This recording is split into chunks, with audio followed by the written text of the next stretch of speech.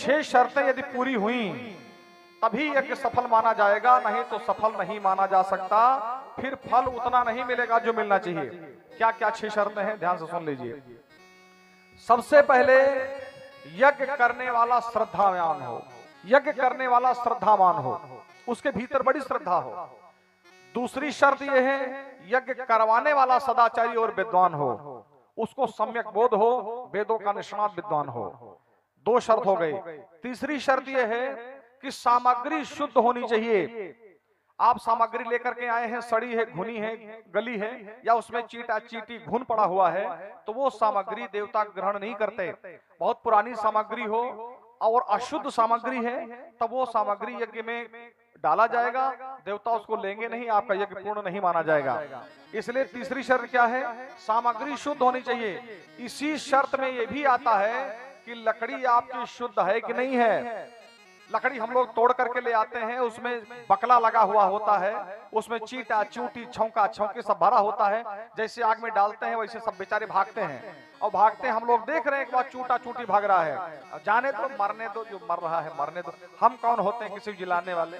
अब बैठे बैठे हम देखते हैं, पंडित जी ने कहा स्वाहा, आपने कहा लियो स्वाहा।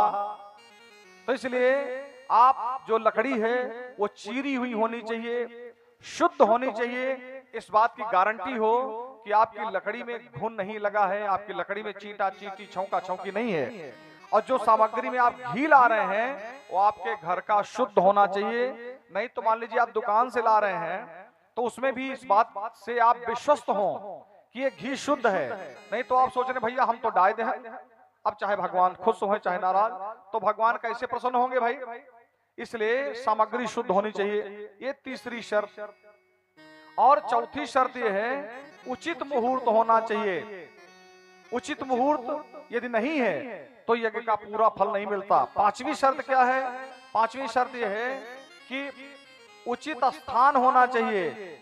जैसे यहाँ देखो बड़ा सुंदर स्थान है, यज्ञ वेदी को बनाने में लाखों रुपए लग गए हैं, केवल लाखों रुपए मजदूरी लग गई है, सामग्री कोई बातें नहीं।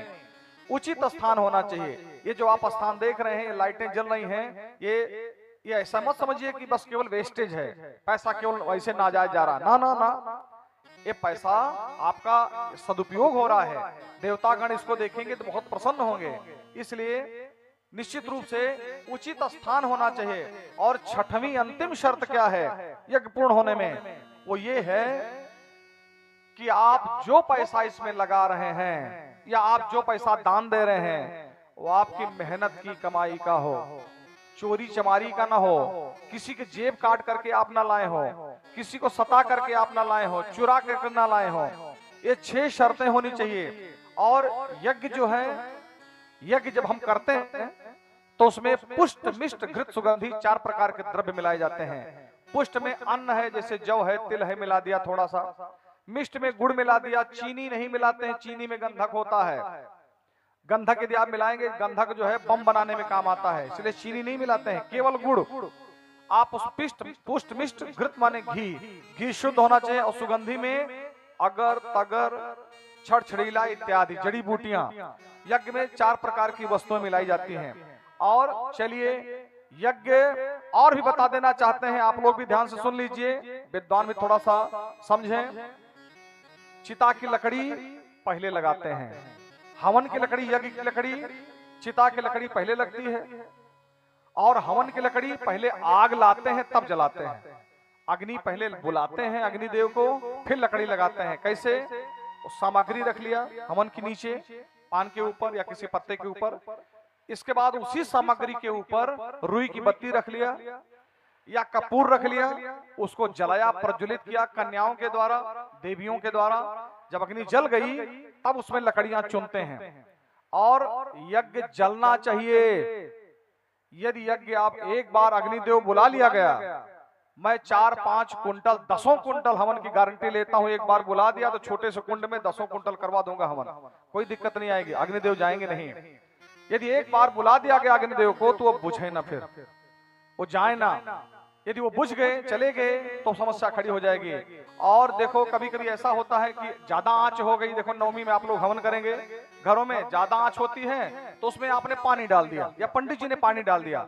जैसे आपने पानी डाला, आपका सारा किया कराया चौपट, आपका सारा धर्म कर्म चौपट। आपने अग्निदेव भोजन कर रहे थे, अग्नि देवता भोजन कर रहे थे, देवी जी खा रही थी, आपने उनके मुंह पर छींटा मार दिया।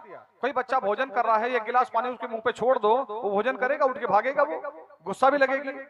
तो इसलिए आप उतने लकड़ी लगाइए कि जिससे आपको उसमें पानी न डालना पड़े, छींटा। अग्नि जब जलती है, अग्नि की जीभ खुल जाती है, मुंह खुल जाता है, तभी वो भोजन ग्रहण करते हैं। 7 प्रकार की जीभ होती है अग्नि देवता की।